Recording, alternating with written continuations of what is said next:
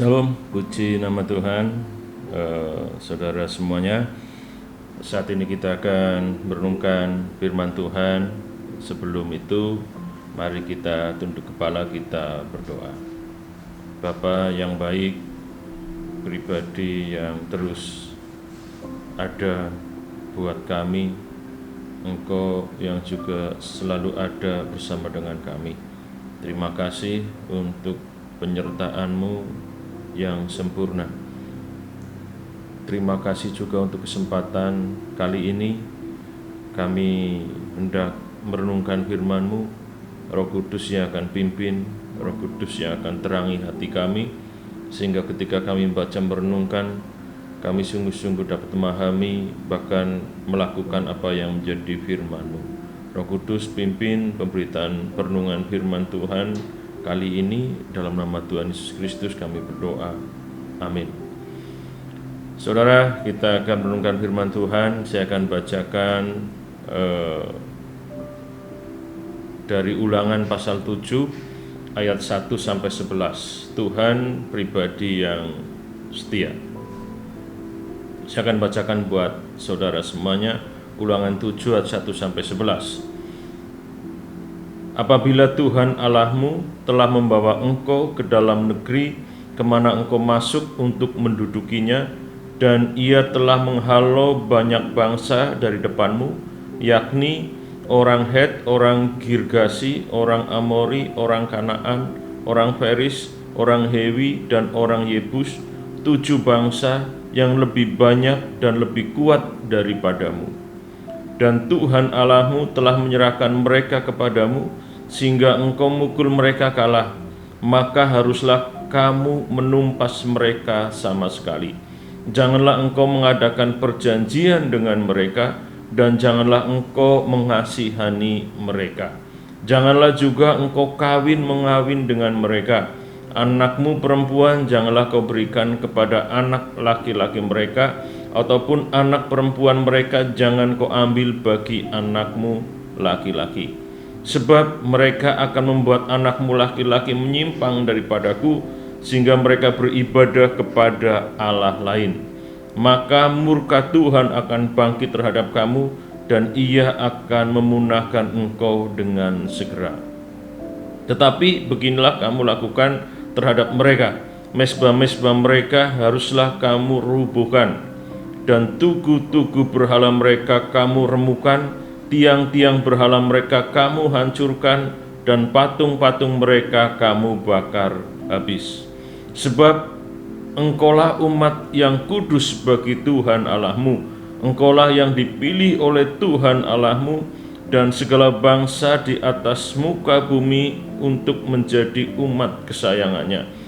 Bukan karena lebih banyak jumlahmu dari bangsa manapun juga, maka hati Tuhan terpikat olehmu dan memilih kamu.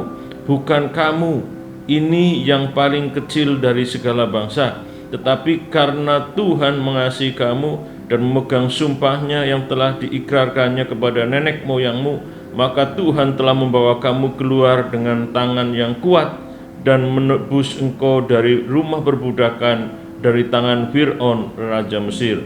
Sebab itu haruslah kau ketahui bahwa Tuhan Allahmu dialah Allah yang setia, yang memegang perjanjiannya dan kasih setianya terhadap orang yang kasih kepadanya dan berpegang pada perintahnya, sampai kepada beribu-ribu keturunan.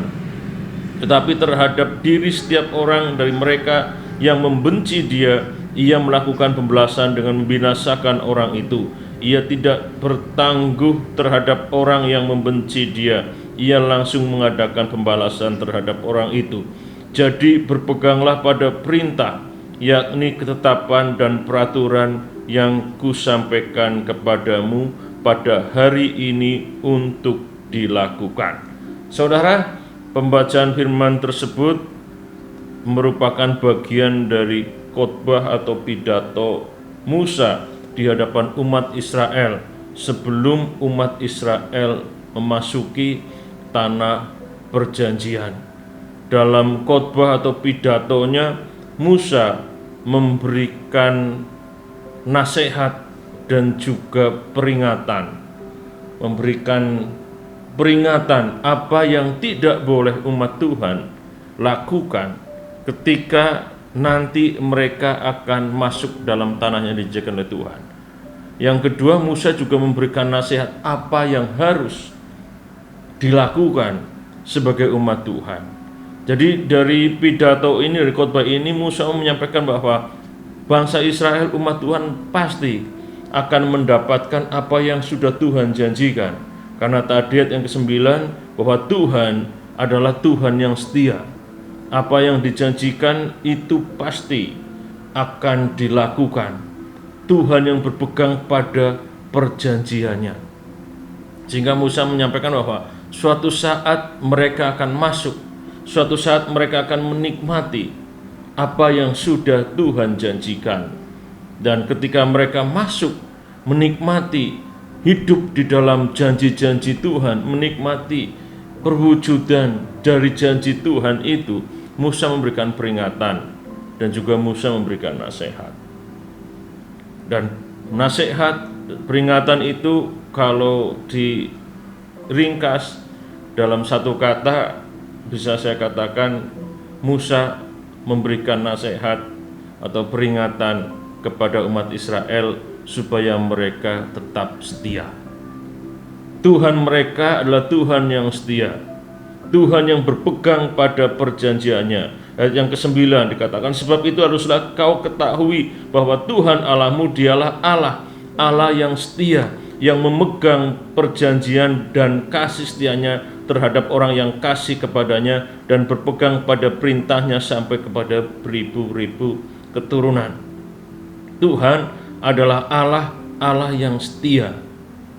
Jadi Musa mengingatkan bahwa Tuhan adalah Allah yang setia. Sehingga Musa memberikan nasihat dan peringatan supaya bangsa Israel pun hidup setia di hadapan Tuhan, karena Tuhan mereka adalah Tuhan yang setia.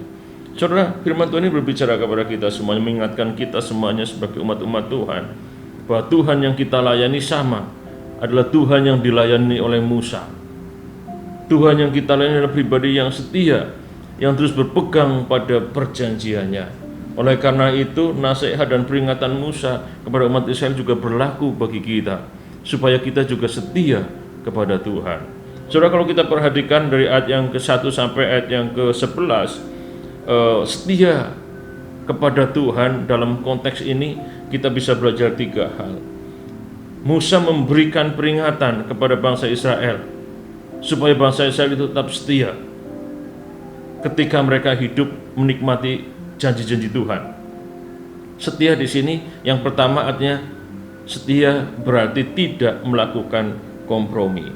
Kalau saudara baca pasal 7 dari Ulangan ayat yang kedua sampai ayat yang kelima, di situ jelaskan apa yang tidak boleh, apa yang tidak boleh dilakukan oleh umat Tuhan, apa yang tidak boleh dilakukan oleh orang Israel sebagai umat-umat Tuhan. Mereka tidak boleh melakukan kompromi. Dikatakan yang kedua, tidak boleh mengadakan perjanjian dengan orang-orang yang tidak mengenal Tuhan, yang tinggal di negeri itu. Dikatakan jangan juga kompromi dengan kawin dan mengawinkan anak laki-laki ataupun anak perempuan orang Israel dengan bangsa-bangsa yang bukan orang Israel yang sudah ada di negeri itu. Bahkan juga tidak boleh kompromi dengan beribadah kepada ilah lain. Tapi dikatakan mereka disuruh menghancurkan mezbah-mezbah, tidak boleh beribadah kepada ilah lain. Jadi setia artinya tidak ada kompromi. Jadi Tuhan kita Tuhan yang setia, kita pun belajar setia kepada Tuhan. Setia kepada Tuhan artinya kita nggak boleh kompromi. Karena ketika kita berkompromi, sekecil apapun kompromi itu akan merusak kehidupan iman dan kerohanian kita. Sekecil apapun dengan alasan apapun, kita nggak boleh kompromi.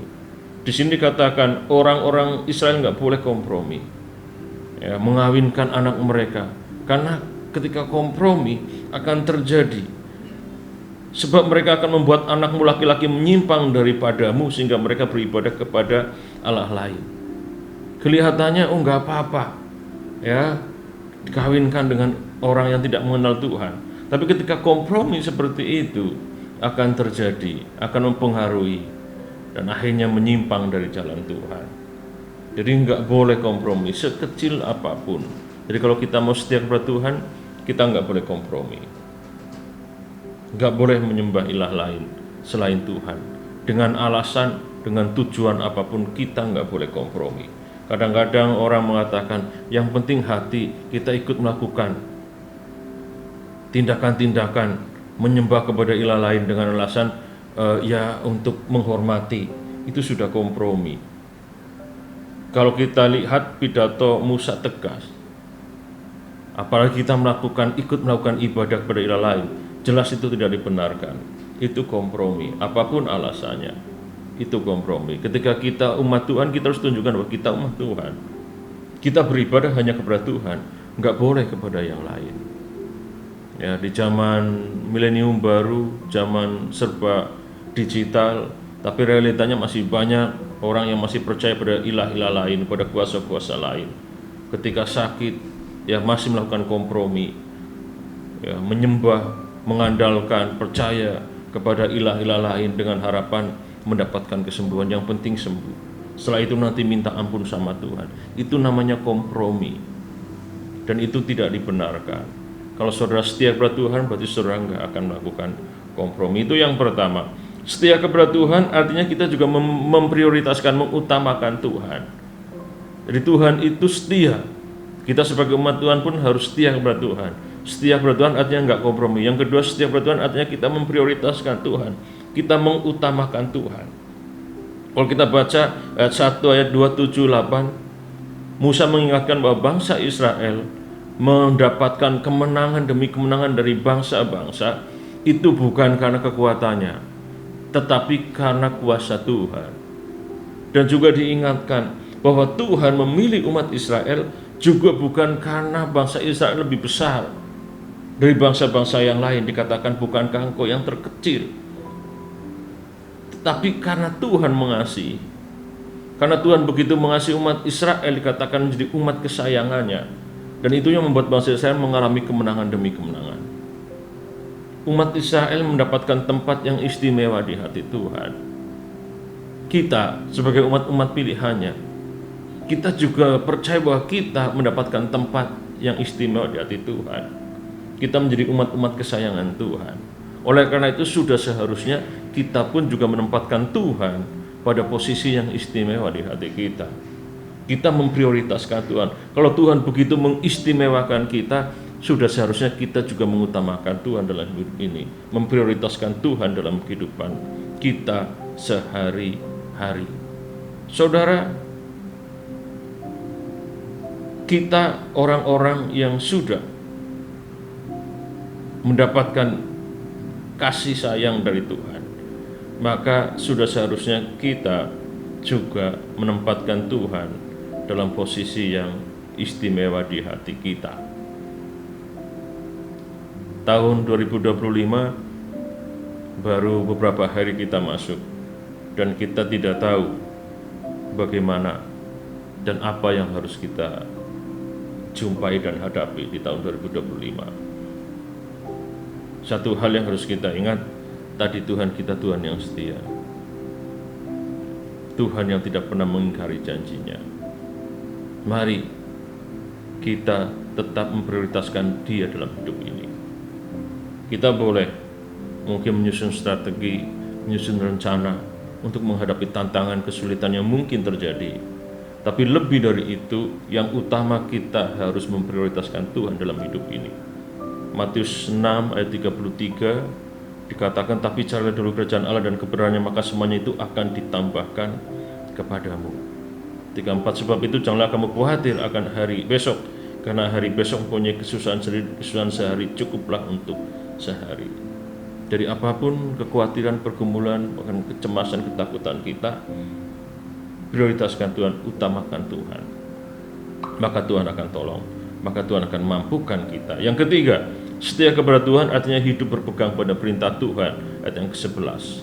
Apa itu perintah Tuhan? Ketetapan Tuhan dan peraturan Tuhan. Jadi kalau kita setia kepada Tuhan, berarti kita hidup di dalam perintah Tuhan. Perintah Tuhan adalah ketetapan dan peraturan Tuhan.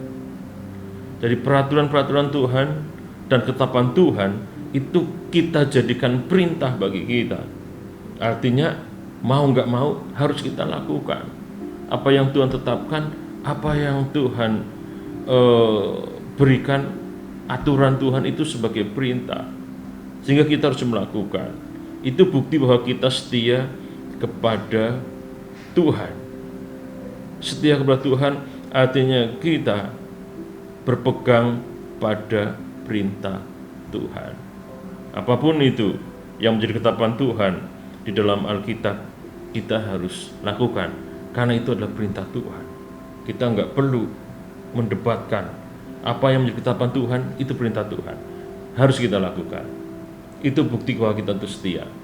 Kita nggak perlu memilih mana ketetapan Tuhan yang akan kita lakukan, mana yang menurut kita nggak perlu kita lakukan. Apa yang menjadi ketetapan Tuhan, apa yang menjadi peraturan Tuhan, lakukan. Itu bukti bahwa kita itu setia. Jadi saudara, ini kita belajar, Tuhan kita Tuhan yang setia. Mari respon kesetiaan Tuhan dengan kita hidup setia kepada Tuhan. Hidup setia kepada Tuhan artinya kita nggak kompromi. Hidup setia kepada Tuhan artinya kita mengutamakan, memprioritaskan Tuhan.